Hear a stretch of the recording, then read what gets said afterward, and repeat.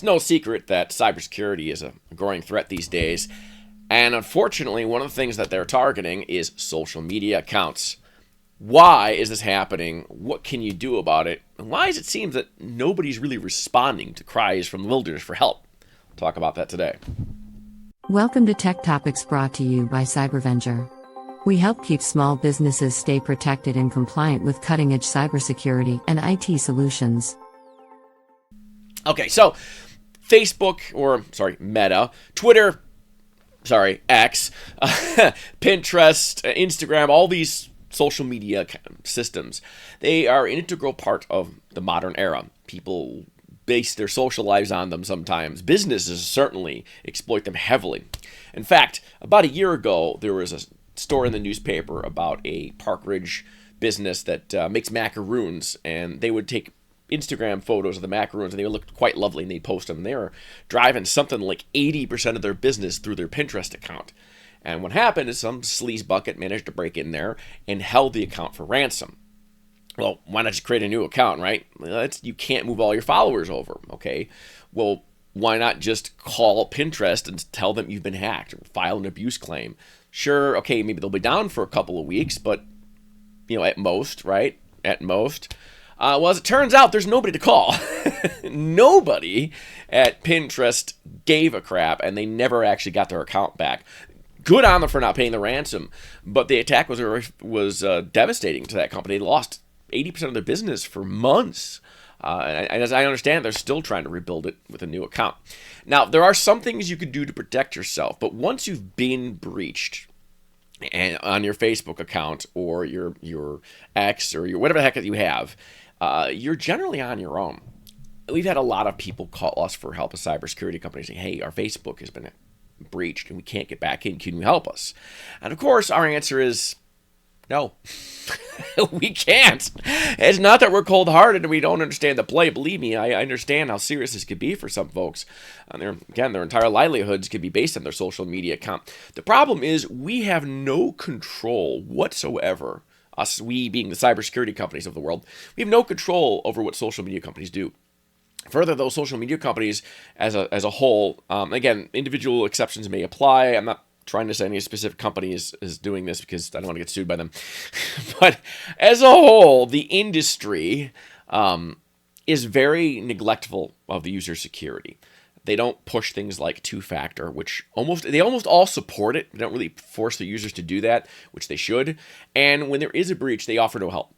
Why? Is because they have millions of users, and they're not making a lot of money per user. Now, each user makes them a little bit of advertising revenue. But if they had to chase and hire people to bring those users back, to fix their account and figure out what is and is not a breached account, it would cost them a lot of money. And they're not willing to spend it. They'd rather just leave a couple pennies on the table, write you off, and then you'll probably create a new account anyway. And that's what happens. So a lot of people are forced to create new accounts, and then meanwhile, their friends and family, business contacts are all being targeted with what appears to be a legitimate account with all kinds of scam messages. Maybe, hey, I'm in trouble, send me money. Or, here's our new website, go here. And they're just driving traffic to some, person that's buying spam marketing or whatever it is they're trying to pull. And it just goes on and on for months. Like in the case of that Leela Loves from Park Ridge, they never got their account back. Here we are a couple of years later, and they never got it back. They had to create a whole new one and build it from scratch. So the takeaway is prevention is everything. There is no cure. Prevention only. So on all your social media accounts, even if you don't think, okay, it's just social media, what can they do? It doesn't seem important until it's been breached, and then suddenly you go, oh my God. Then you realize you don't know how much you love something until it's gone, right? Once it's gone, you realize how important it was. Two-factor authentication is a big one.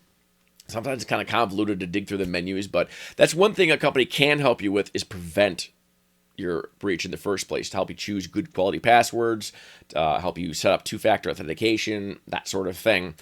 Be very careful with whom you give permissions to in your social media accounts.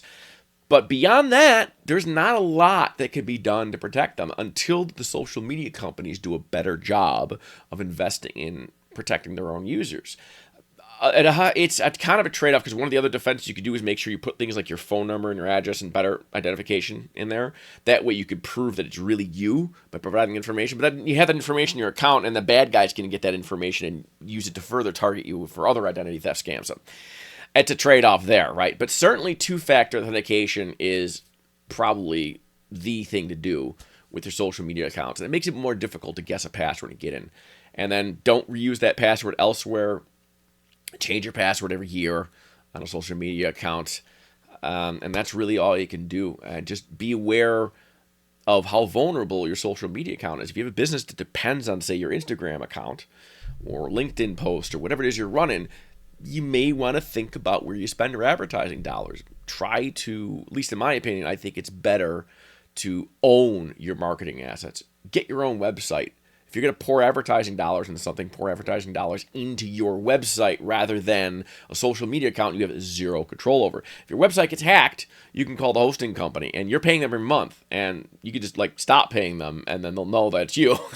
There's usually a better leverage scenario there than just hoping your social media account, your social media company will just have mercy on you, because they haven't traditionally.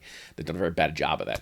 Now, there may come a time where you can find social media companies that'll take a subscription to help protect the account, or there's some option to bring you up to a professional level or do something to deal with those cases. But right now, that's just kind of not what's happening. So keep that in the back of your mind when you're choosing how much to use social media to build your marketing identity online. Certainly it's valuable, but you may want to hedge your bet a little bit in the event that it is compromised. So that's why we can't help you with your social media, because we don't control it. It's not our software. It's theirs, and they want to ignore all of us. That's exactly what they're going to do. So I hope that helps prevent a problem for you, and thanks for watching, and we'll see you in the next video. Thanks for watching. We hope this video has provided valuable information to you. Be sure to share this video with other small business owners to spread the word about the importance of cybersecurity. As always, don't forget to like and subscribe for more videos like this. If you want more information about cybersecurity, visit us at www.cybervenger.com.